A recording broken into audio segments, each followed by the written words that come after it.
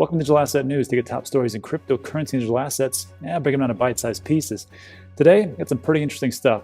First up, institutions withdraw a massive amount of Bitcoin from Coinbase, moving it to cold storage. So what does this mean for the entire cryptocurrency market? All I can say is it's bullish. On top of that, IOHK, the development arm of Cardano, introduces new programming language Glow. So what does it mean for Cardano? Well, it's gonna make things a lot easier. And what that means when things are easier, mass adoption. And to follow up, we're gonna take a look at Ethereum update Berlin hard fork, ETH 2.0 beacon chain, and what is going on as far as the upgrades for Ethereum. So we'll go over those three stories, but first, let's take a look at what's going on in the market. So today it's Saturday morning. It is February 27th, 9 a.m. El Paso, Texas time. We just got done with a live stream where we did a portfolio review of 3 subscribers and a really ending good story. So if you have time, go ahead and check that out. I'll link it at the very end of this video. It was just interesting to see that it doesn't matter how much you have. All you got to do, really, and again, not financial advice, is the things that I would do, is that I don't have to have 20 winners. I just got to have a couple of winners, a couple of okays, a couple of meh, and then maybe some bombs. That's all right, because those big winners are going to overshadow what's going to happen with the losers, and you're going to see that pretty clearly in the portfolio review. Anyhow, so this is what we got that is going on today in the cryptocurrency market. Pretty good day, right? Bitcoin hasn't fallen to 25,000 like some people said it was going to happen to, sticking around the 46 number. I'm happy with that, and just fluctuating about a 1%. So whatever. Ethereum down a little bit, 4%, and in my opinion I think it's massively underperforming, honestly. I know some people say, well, it went from 700 to 1400 and it doubled, da, da, da. Yeah, that's true, it did. But I mean, look at what's going on with all the other ones. I mean, if you can just take a look at like Polkadot and Chainlink, they're going up massively, not to mention Voyager, which is 29 cents, now it's $6. So, I mean, it is hard when you have these larger cap cryptos. But again, we're looking at bearish sentiment for Bitcoin, Ethereum. Cardano is one of the big winners today at 20%, and that's huge. And we talked about this yesterday, video where we talked about the Mary hard fork, which is going to usher in the Goguen era with smart contracts. But on top of that, you're going to have decentralized finance and native tokens. So remember that whole big craze as far as ICOs in 2017, because everything was built on Ethereum? Well, now you can do that on Cardano. And they're also doing that ERC20 converter, which means you can take any project that is on Ethereum, just zip it on over to Cardano, and it's a lot cheaper and faster. So what do you think is going to happen? I'm not sure, but I own a lot of Cardano. I also own a lot of Ethereum, so not financial advice, just saying you might want to look into those. Tether's Tether, nobody cares unless you're New York Attorney General. Binance Coin still doing okay, but not too bad.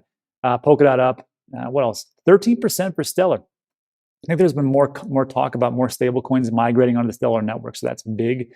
NEM's a little bit up. Cosmos, interoperability, a big factor. We need that desperately, so that looks pretty good. And then IOTA up 3%. We just had an interview with Dom from IOTA. They're doing pretty great things over there, and I'm going to take a deeper dive over at danteachescrypto.com just to take a look at what they're doing and see if it's something to invest into. So, all right, so we've got that. Let's see what could be a potential big winner by using the trade the chain, the projected range, which is really good, 90% accuracy for the next hour. So right now, this middle number here, this 5% for Talos, which has been on a tear lately. We talked about this. This I think is the third time we talked about this. It's a 90% accuracy to go to 5% or even 20%. Now, I'm not saying that's what's going to happen. How Trade the Chain works is it scrapes data from all the different websites and blog posts, has a direct integration into Twitter to get an analysis. This is what they see. Utrust, Verge. I would not touch Verge. I just don't like it. Genesis, Kava. These are most things I've never heard of. Unibright, potentially 2% in the next hour. Decentraland. Ooh, nice. So if you want to check it out, the link's in the description. It's just interesting to see like all the different projects that could potentially be big that are just kind of hidden. Like I don't know about them. I don't know if you know about them, but just kind of trying to bring those to light and maybe do your own research so you can really delve into it and see what's the next big thing. All right, so let's jump into today's top story. I'm gonna make these quick because, I mean, they're good, but we don't need to do a ton of information. First of all, institutions withdraw massive amount of Bitcoin from Coinbase, moving it to cold storage. So here's what we got. This was a pretty good information from Key Young. He is the, here he is, crypto quant analyst. That's what he's from. So he talks about on Friday, there was a whopping $13,000 Bitcoin was acquired and moved from the largest U.S. digital exchange, Coinbase, which is true. Coinbase is the largest, most expensive for sometimes, but yeah, it's the biggest. Anyhow, he talks about Bitcoins were purchased by U.S. financial institutions. They're accumulating Bitcoin as it is trading in a correction. Let me just tell you this. Every time there's a huge correction, I always think it's a manipulation. And I always think it's so the big guys can get their grubby hands from it. And because they were like, hey, guess what? If I can get my hands on this at a cheaper price, this will be great. So if we manipulate a little bit, that's good for us. I'm not saying that is exactly what happens, but I always think that because deep down inside, I think this is what's going on. But these are what has happened for the institutions, and they grabbed it. That Bitcoin is worth $624 million. That the 13,000 Bitcoin. See, it says here on Friday a whopping $13,000 of Bitcoin. I think it was 13,000 Bitcoin. Just saying. Anyhow, that 13,000 Bitcoin is worth $624 million, and they acquired it at 48,000 per coin, which was a pretty good play because it was up to 58,000. So they got a $10,000 flash sale. So good for those institutions. You know, we should stop really calling it smart money and just call it the manipulator money, because that's what I think is going on. Anyhow, so this is all good news. Here's a nice little graph from Crypto Quant and shows what's going on. So really all this means is this. When we have a lot of outflow from these exchanges, if you're new to the crypto game, this is usually what it means. If they outflow it and they put it into cold storage, it means they're not going to sell it anytime soon, and they just want to protect it and just keep it on. They want to keep an eye on it for whatever custody service that they have. So they don't want to put it on the actual exchanges, which is great. Now, when you start to see a massive inflow into these exchanges of cryptocurrency, just watch out, because usually that means a lot of institutions are going to sell. So when it goes out, that means it's a bullish indicator because they're not going to sell. They're going to hold on to it. When it goes in, that means bad news because they're going to sell. So if you look at it and time it right, you could make a lot of great plays. I'm not a trader to say. I mean, I do it every so often, but with a very small amount of my portfolio, because I like to gamble every so often. But for me, I'm just an investor. So when I see a dip, that's good for me because I go, great, I can buy it on a flash sale. And then when it goes up, great, my portfolio's up. It's actually good either way for me. So that's what's going on in that section. Let me know what you think in the comments, and let's move on to our next piece. So, this was a big thing I want to talk about, which was this. You know how, it talks about Coinbase, and I said it's kind of expensive. This was a pretty good tweet from Digital Doji over on Twitter. And he took a look at if you bought one Bitcoin, here's how much it would cost. So the Bitcoin price when he did this was yesterday. It was at $47,708. Here's the payment method. I guess he's got Ali Bank. Good for you. You purchase this much, but here's the Coinbase fee, $710. So you're paying really $48,419. So almost another, $800 somewhere on there, and $47,700. And then he compared that to buying it on Voyager. So with Voyager, he goes, I want to buy one Bitcoin. Well, that's worth $47,724. There was a little bit of a price of like $26, I guess. And that's how much you buy it for. So if you haven't got onto Voyager yet, I know there's a waiting list. I know it sucks, but if you can get into it, definitely do it, because they are a brokerage. They go through different exchanges to find you the best rate, kind of like hotels.com of crypto. And it's what I use almost pretty much exclusively now to get all my crypto. And that's what's going on. So let me know what you think in the comment section. Let's move on to our next piece. IOHK. IOHK, the development arm of Cardano, introduced a new programming language, which is great. I mean, great, another programming language. I guess, Haskell, just not enough. They're like, hey, let's do one more. Why do they do this, and why is it important? I'm going to tell you why in a sec. So it can all be summed up in these couple paragraphs. There's a new programming language called Glow. It's going to be added to the Cardano's Ethereum virtual machine development network. It's designed to ease smart contract writing and deployment. The introduction of Glow will improve the development process and reduce its cost. New developers will be able to migrate to Cardano from other chains. That's big.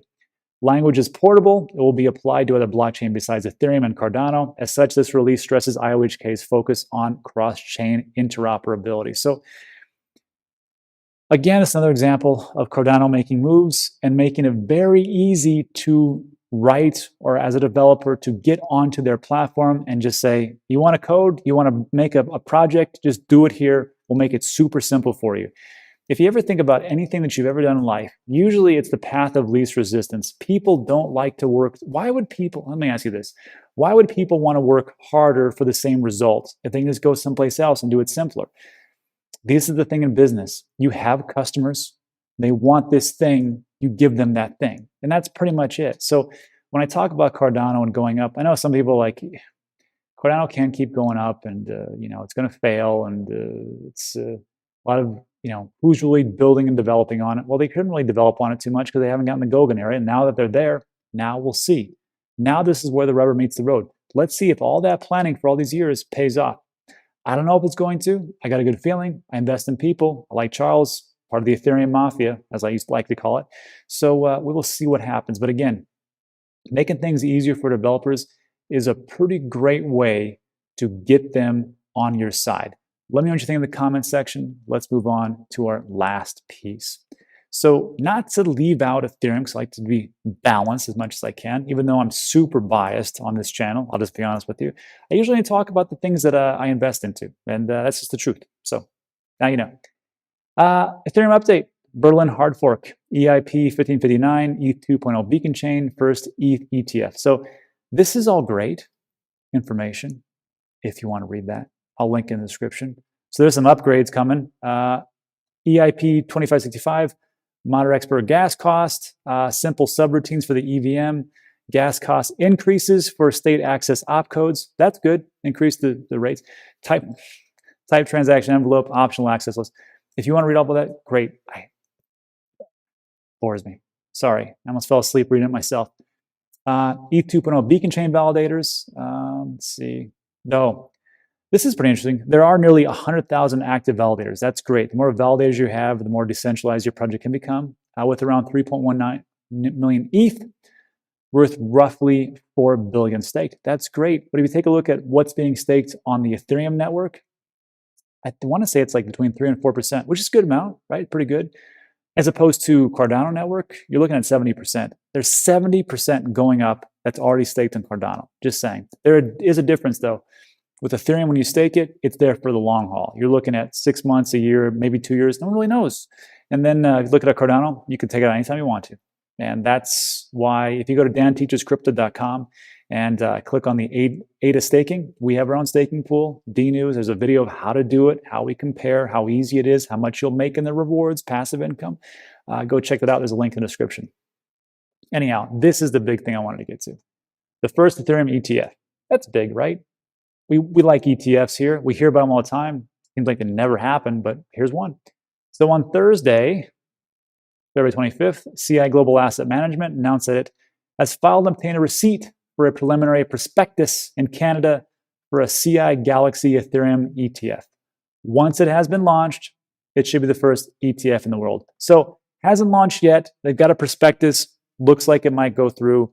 Hopefully it goes through. That would probably be a big boom for Ethereum as far as an ETF. And we'll see what happens. So Ethereum is making moves. Nothing against it. I know I kind of poo-poo a little bit on it. But hey, make no mistake about it. They have the most developers right now working on their network. They're doing great things. And I own Ethereum. I own Cardano. I wish them all the best because that's good for me. Maybe you own the same thing. That's good for us. So we'll see what happens as time goes on. And that's it for today. So first of all, if you made it all the way in, hey, thanks. I appreciate it. If you liked the video, why don't you give it a thumbs up? That would really help. Also consider subscribing because most of the things we talk about are time sensitive, like the news we just talked about today. And then I'll link those 2 videos at the end so you can check them out on the left and right, like YouTube do its magic. And that is all. So thanks for watching. Really appreciate it. And I'll see you on the next one.